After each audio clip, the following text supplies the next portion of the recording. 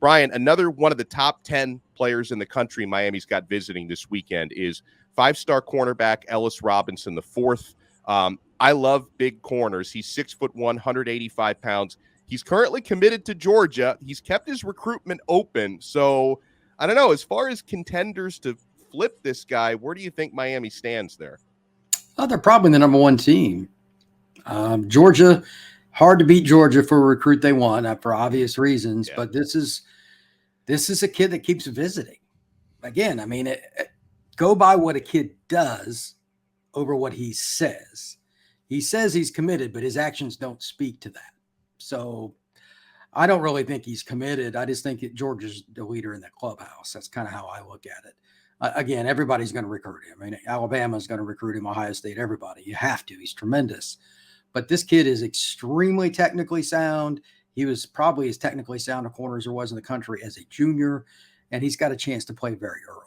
That's why it's important for Miami and everybody to go after him, because you just don't get many kids that have his physical traits. He's tall, he's 6'1", and also have the acumen that he does. He's learned technique a little bit faster than most kids, to be really honest, and that's going to give him a chance to start at a Power 5 right away.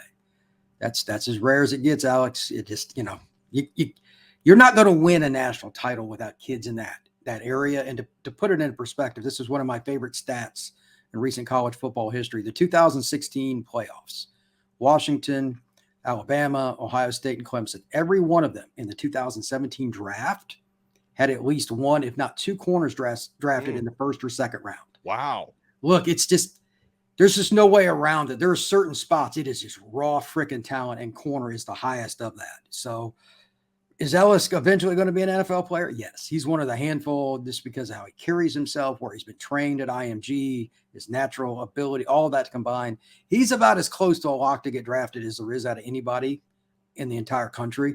You got to give the kid credit for putting in the work too. So Miami's got to continue to recruit him. This is another opportunity, man. They have more playing time available, I guarantee it, than Georgia at corner after this year. I'm very confident in that statement. So they've got something to sell, and he's familiar with the program. Why not Miami?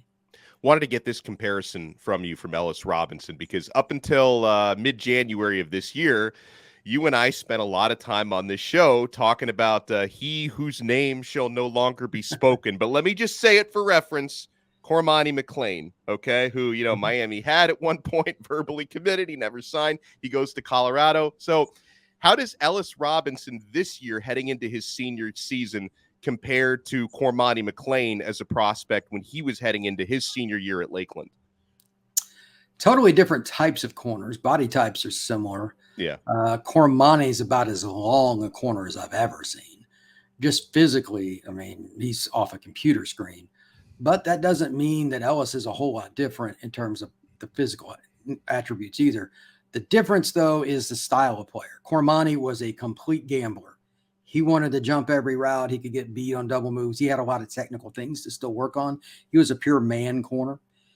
Ellis can play anything already. Again, it's back to that point I made earlier. He can be a guy that comes in and plays in a cover 3 scheme, a cover 1. He can be a cover 2, whatever you want to run. He'll be cool with it.